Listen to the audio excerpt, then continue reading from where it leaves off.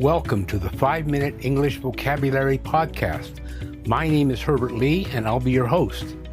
Now you can easily improve your vocabulary without memorizing long lists of boring words, and still develop a powerful command of English. You'll learn the origin of words, or etymology, told as easy-to-remember stories. You'll also hear some jokes, and learn some idioms as well. Episode 43, Choice Words, Part 1.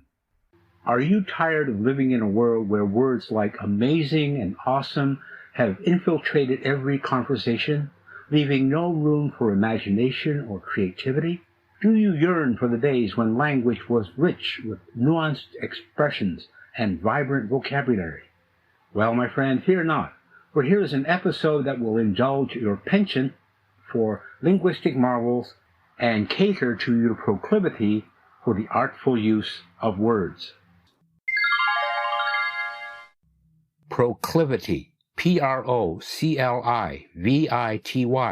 The word proclivity has its roots in the Latin word proclivitas, which can be broken down into two parts. Pro, meaning forward or in favor of, and clivus, meaning slope or incline. The combination of these two roots gives us the sense of a leaning or inclination towards something. This reflects the meaning of proclivity in English, as it refers to a natural tendency or predisposition towards a particular behavior, action, or preference. So, the etymology of proclivity suggests that it describes a propensity or disposition to lean towards or have an inclination for something. It is often used to describe habitual tendencies or affinities that individuals may have. Proclivity, often misunderstood as a fancy word for tendency, can actually be hilariously misinterpreted. It is the innate inclination or natural leaning towards something. But let's have some fun with it and explore unconventional proclivities that might make you raise an eyebrow or chuckle. Picture this. Someone with a proclivity for collecting rubber ducks. Yes, those little yellow bath toys that squeak when squeezed. You might wonder how one develops such an unusual fixation. But hey, to each their own. This person could spend hours scouring garage sales and online marketplaces just to add another quirky duck to their ever-growing collection. And then there's the individual who possesses a proclivity for starting dance parties in the most unexpected places. Picture them walking into a quiet library or a crowded elevator and suddenly breaking out into an impromptu dance routine. Their infectious energy spreads like wildfire as astonished onlookers go from puzzled to tapping their feet in rhythm, transforming mundane moments into memorable ones. These humorous interpretations of proclivities serve as reminders that everybody has unique interests and quirks that make life more colorful and exciting. Embracing these eccentricities can lead us down paths we never imagined existed. After all, where would we be without the collectors of rubber ducks or spontaneous dance party enthusiasts? So here are a few jokes using the word proclivity. Why did the mathematician have a proclivity for angles? Because he just couldn't resist getting acute. My friend has a proclivity for singing in the shower. I guess you can say he's always hitting those high notes when no one's watching. I have a proclivity for overthinking, but I'm trying to quit cold turkey. Unfortunately, my mind keeps relapsing into deep thoughts. Propensity. Propensity. The word propensity has its origins in the Latin word propensitus, which is derived from the verb propendere.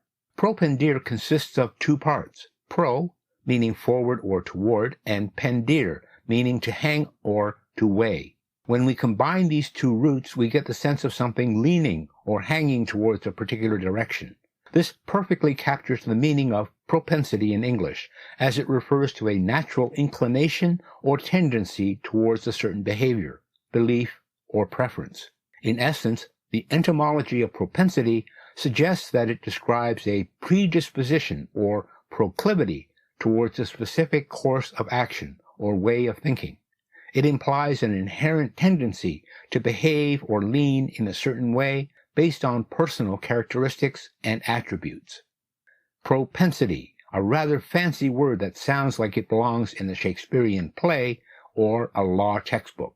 But fear not, for I am here to lighten the mood and provide you with some hilarious definitions of this intriguing term. So let's dive into the comical world of propensity. First off, let's imagine propensity as a mischievous little creature that lives inside our brains. This tiny being is responsible for our weird and quirky habits. It whispers in our ears at the most inconvenient times, compelling us to do things we never thought we would. For example, it might urge you to break into an impromptu dance while waiting in line at the grocery store, or start singing loudly in public restrooms just because it finds it amusing. Another way to look at propensity is by envisioning it as a magnet that attracts us towards peculiar interests and hobbies. You know, those strange obsessions people have with collecting bizarre items like toenail clippings or rubber ducks. Well, we can thank their strong propensities for leading them down these particular paths of fascination. In fact, if you ever come across someone with an unusual collection or interest, you can playfully blame their propensity magnet for drawing them into such an oddity. So there you have it, propensity explored through funny lenses. While its true definition might be more serious and academic sounding, embracing humor allows us to see this word from an entertaining perspective. Here's a joke that incorporates the word propensity. Why did the mathematician have a propensity for telling jokes? Because he always found the right angle for humor. In conclusion, it's clear that humans have an innate penchant for certain activities or interests, whether it's a proclivity for dancing like nobody's watching or an undeniable attraction to devouring copious amounts of chocolate. Our individual quirks and preferences make life interesting and enjoyable. So let's embrace our penchants and proclivities with unabashed enthusiasm. Let's revel in our unique passions and take pleasure in the things that bring us joy. Life is too short to deny ourselves the simple pleasures that make us who we are. So go forth, dear listeners, and indulge your penchants with gusto. After all, what's life without a little whimsy and a lot of fun? Next week, you'll learn more about linguistic preferences. Until then, it's Herbert Lee saying, enjoy your penchants while you can. Bye for now.